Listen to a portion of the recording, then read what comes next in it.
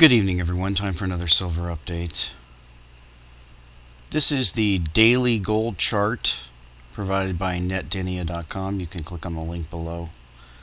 And I've drawn a number of trend lines. You can see the long-term trend line going back to fall of 2008, which was kind of a bottom in the financial crisis. You can see it's a very strong trend line, tested or roughly tested 1, 2, 3, 4, 5, 6, 7 times or so. You can see we're now trying to break out into a new V or a pennant breakout formation. Still very strong. We're not near the $1,900 high, but still a very strong trend, and a trend that is, you can see the second trend line and the third trend line is actually increasing. So it's going to take a severe breakdown to break this trend line. Of course, the support line is around 1550. We could go there. You can see the MACD is just kind of at a indecisive point here. It's broken towards the upside across the zero line and then kind of flattened out. So the MACD is just kind of stalled out about at the 0 point, and we're waiting to see which way we're going to go, up or down.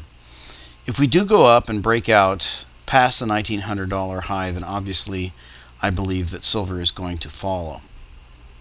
So the pattern in gold is still very, very bullish and really has not corrected much given the extent of the move from 2008 at roughly around 700 to where we are right now at about 1,700, a good $1,000 gain. So gold is very, very healthy. Now, the topic I wanted to address tonight, and this is going to be brief because I really have a lot more questions than I have answers. So for those of you that are bigger silver bugs than I am, I'm going to throw out some questions and hopefully you have the answers to these questions. Now, I wanted to start out with the SLV ETF. Now, I have the latest release from Ted Butler. Now, it's not publicly available because only subscribers get it, so I'm not going to cover it because it's a paid-for subscription. But basically, Ted goes through and defends the SLV ETF. I, on the other hand, I have a lot more serious doubts about this ETF.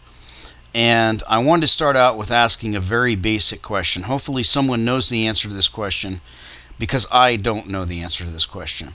Currently, the last traded price on the SLV ETF is 31.61. We go and look at our silver chart here. We've got a price of 32.46.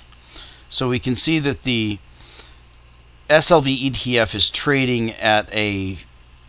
trading below the spot price by roughly 80 cents or so. So the question I want to present is, and I honestly don't know the answer to this question, so if any of you know the answer to this question, I would love to have you provide this answer. And my question is this: how does the SLV make money?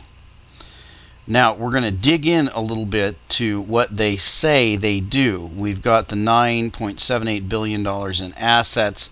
We'll see that roughly translates to 300 or so million ounces of silver, which they claim to store in London. And we'll see when we get to about AG the various transactions that they have. Now, there aren't a lot of financials on this. I did find a financial that is on Google that is financial statements for the SLV, and this is actually, you can get income statements, balance sheet, and cash flow.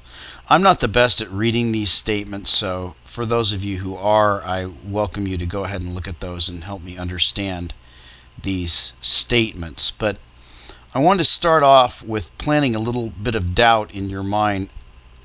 I know a lot of you know about the lawsuit that was filed against Morgan Stanley for storing phantom silver. I don't know if a lot of you knew about the class action suit that was filed against UBS for the same thing.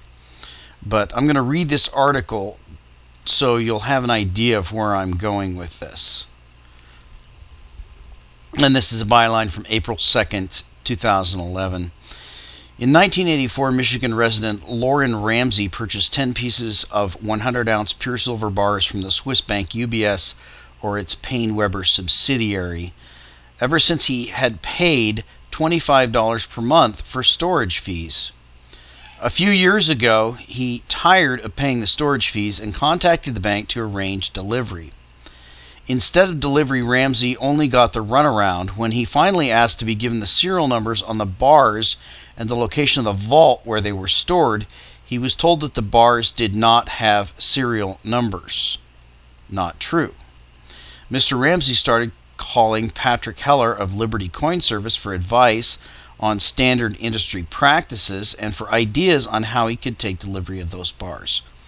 At one point, the bank said his only option was to sell the bars back to the bank for cash, but Mr. Ramsey did not want to close out his position. On February 23, 2011, the Ramsey Personal Trust by Lauren D. Ramsey was the lead plaintiff in a suit filed in the Federal District of Southern New York against UBS Financial Services, Inc. et al. The case number, presiding judge is Judge S. Rakoff. The charges are that UBS had never purchased, segregated, or stored the silver, then had illegally charged storage fees for phantom silver. The lawsuit can be found here, and here's the link to a PDF at GATA. Avery Goodman explains the suit in his Seeking Alpha article. Quote, according to the lawsuit, customers were charged storage fees every month even though the bank was not actually storing anything. It never purchased any physical silver. Instead, the bank allegedly used customer cash for its own purposes. In effect, the customers ended up buying a non-interest-bearing silver bond.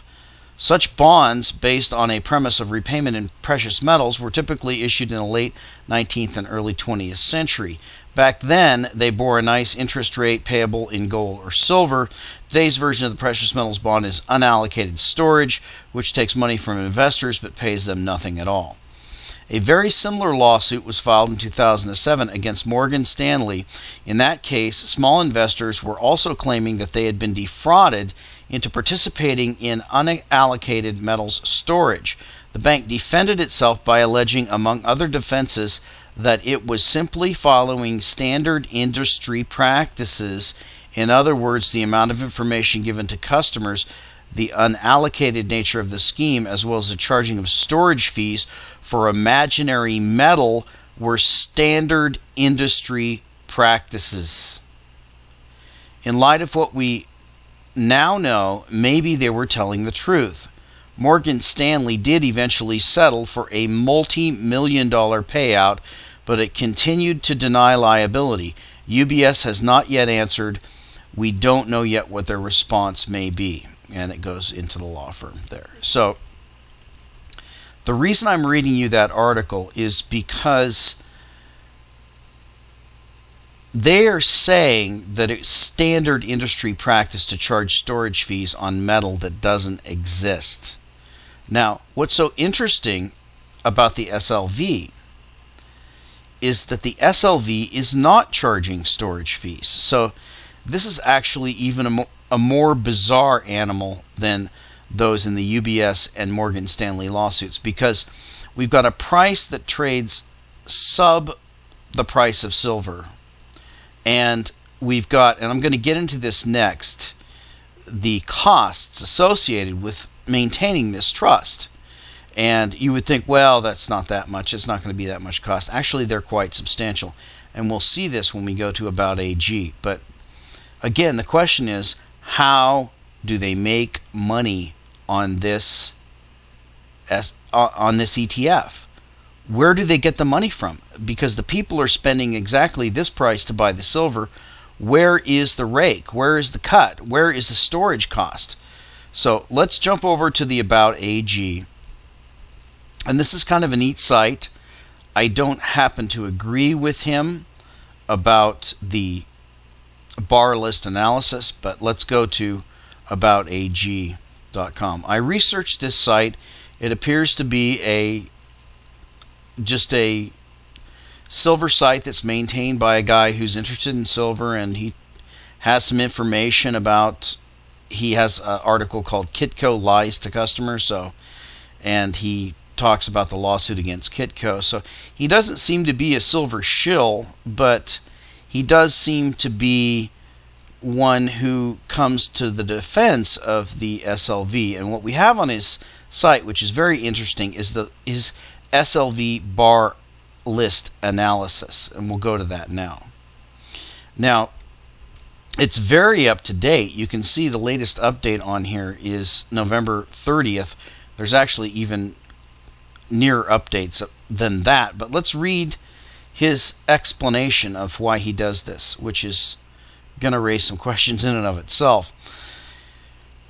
Shortly after the SLV Silver ETF was started, they started offering a list of the bars in the trust to help alleviate concerns that the public had that the bars may not exist. Shortly after the list was published, people noticed what appeared to be the same bars listed twice. That is because London Good Delivery bars can be uniquely identified by the refiner, the serial number, and the year the weight appears on the bar, but there can only be one bar with the same refiner's serial number and year. The SLV bar list only includes the year if it is included as part of the serial number, not if it appears elsewhere on the bar. We are aware of one organization that took the time to go through the list of bars and look for duplicates, but they did not seem to understand why the duplicates are occurring, so their report made it sound like there was fraud involved. But to our knowledge, nobody has attempted to analyze the bar lists or compare them one to another, so we set out to do so. It isn't an easy task with 300,000 or so bars in an 8,000-page PDF file. Fortunately, the PDF file is no longer secured, but Adobe Reader crashes if you try to export the text, so other methods are required for extracting the data. But we managed to do it. Our analysis files include a lot. They have a breakdown of warehouse and refiners, a list of all bars added or removed in the previous week, changes in serial numbers, changes in refiners, etc. What we found was that nothing appears amiss. Oh, I'm so reassured. There are lots of bars that have the same refiner and serial number with an unknown year, but they are clustered to specific refiners, which is normal as many refiners do not duplicate serial numbers, and the weights appear to be distributed properly, with the vast majority of duplicate bars having different weights, as would be expected.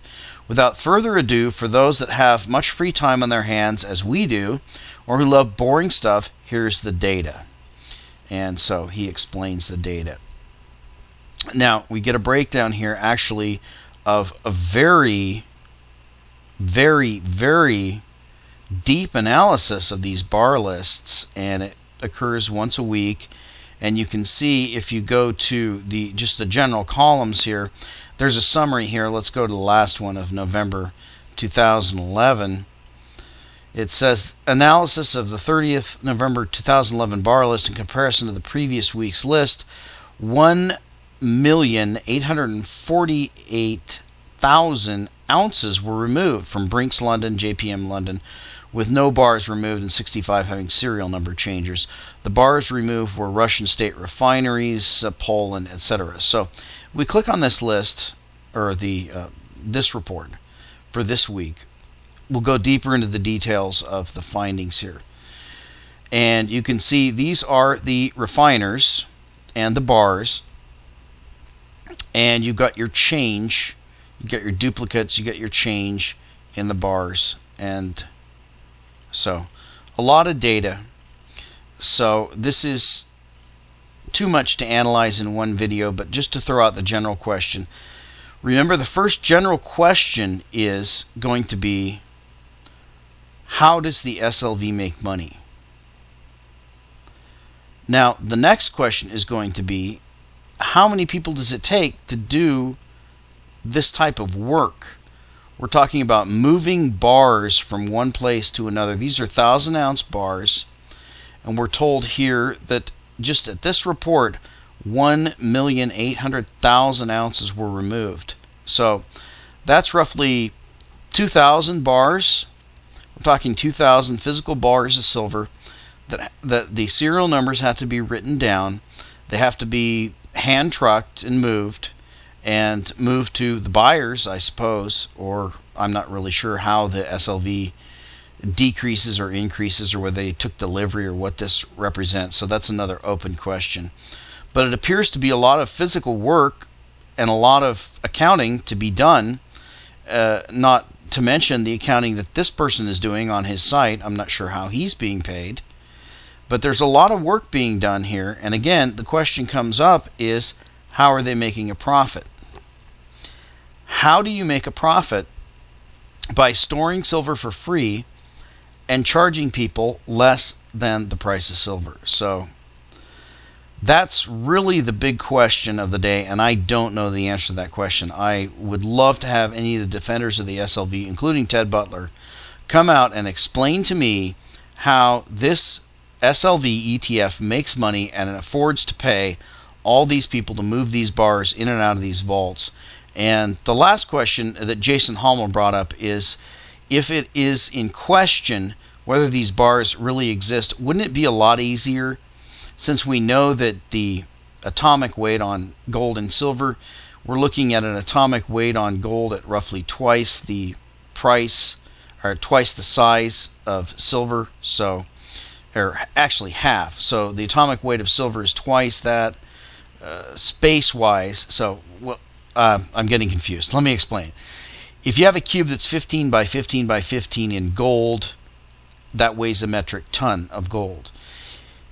To have a metric ton of silver, you're going to have roughly twice that amount. I can't do the math in my head, but maybe 23 by 23 by 23. Roughly twice the space is going to be taken up by the silver. So we know that all the silver in the world is going to take up roughly the size of a tennis court, and the height of the tennis court is roughly the width of the tennis court, so it's a big block of gold.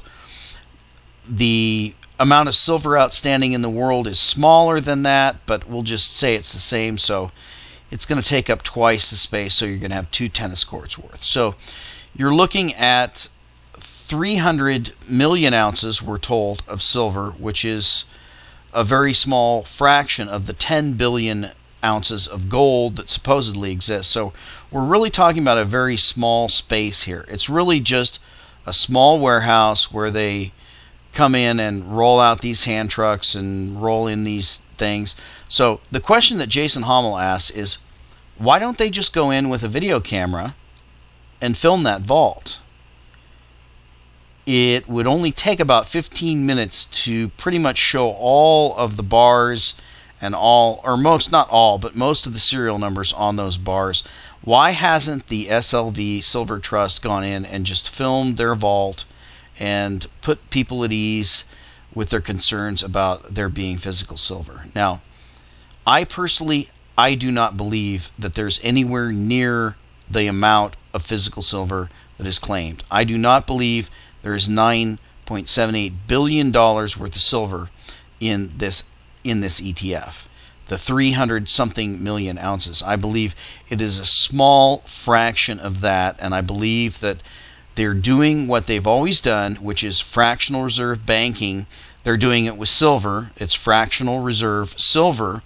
They may have a percentage of this amount, or a very small percentage of this amount, or simply none at all. And we know from the lawsuits that have been filed against both UBS and Morgan Stanley, where they've admitted in court that they were charging storage fees for silver that didn't exist. Now, the SLV isn't even charging storage fees, so it's that much worse. So I challenge everyone, please give me the answer. How does the SLV make money? How do they pay for the people who are moving these bars in and out of the vaults? And I would love to hear the answer, and we'll talk to you next time.